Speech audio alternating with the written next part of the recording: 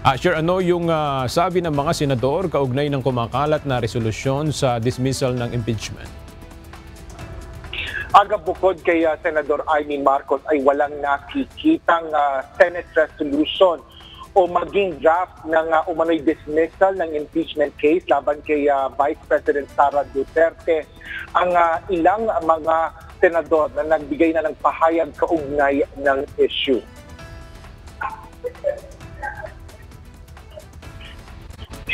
Ayon kay Senate President Francis Chis Escudero, hindi nito alam ang kumakalat na resolusyon at wala rin anyang naihain na o nakabinbin pa ng Senado alas 10 kagabi. Itinanggi rin ni Senador Joseph Victor J.D. Ejercito na nakita nito ang kumakalat na umanay resolusyon at wala rin naman anya itong kaugnayan dahil mandato ng konstitusyon sa Senado na mag-convene o magtipon ang mga ito at tumuloy sa paglilitis.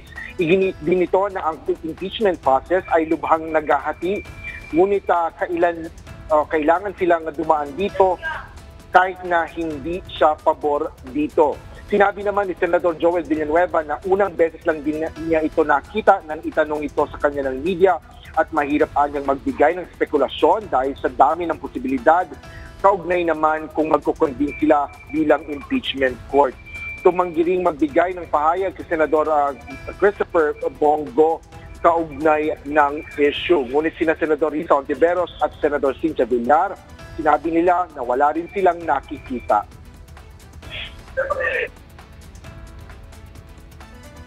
Wala pa akong nakikita ganun. Wala yan. Ayon naman kay Senate Minority Leader Aquilino Coco Pimentel III, hindi niya ito nakikita at kailangan niya pa rin basahin ang kumakalat na umano'y resolusyon. Matapos nito, sinabi ni Senador Pimentel na may pagkakamali sa lohika ng resolusyon at malakian niyang tsansa na hindi ito totoo, maging ang quotation ng constitutional provision ay hindi accurate o wasto. Ngunit si Senador Amy Marcos, sinabi na isa ito sa maraming draft na may iba-ibang pakay at maaaring pangatlo na ito sa kanyang mga nakita. Marami anyang bersyon at lahat ay naghahanap ng pinakamabisa at pinakanaayon sa batas na solusyon na walang butas.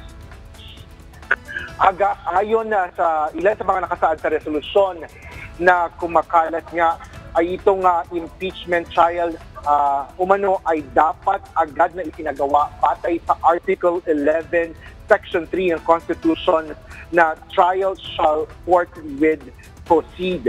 Ngunit mahigit 100 araw na ang nakalilipas nang isumite ang Articles of Impeachment ng Kamara sa Senado. Habang ginagarantiyan rin umano ng Article 3 Section 16 ng Constitution na may karapatan ng lahat ng tao ng speedy disposition ng lahat ng mga kaso sa judicial, quasi-judicial o administrative bodies. Bukod dito, nakasulat din na aga sa naturang resolusyon na batay sa Rule 44, Section 123 ng Senate Rules ay hindi pinahihintulutan ang pagtawid ng impeachment proceedings sa susunod na Kongreso. Kapansin-pansin naman sa kumakalat na resolusyon na walang nakalagay na pangalan ng sinumang senador, partikular na kung sino ang may akda nito, at kundi ang nakalagay lang dito ay introduced by senators. Yan ang latest dito sa Senado. Balik sa'yo, Aga. Maraming salamat, Asher Cadapan Jr.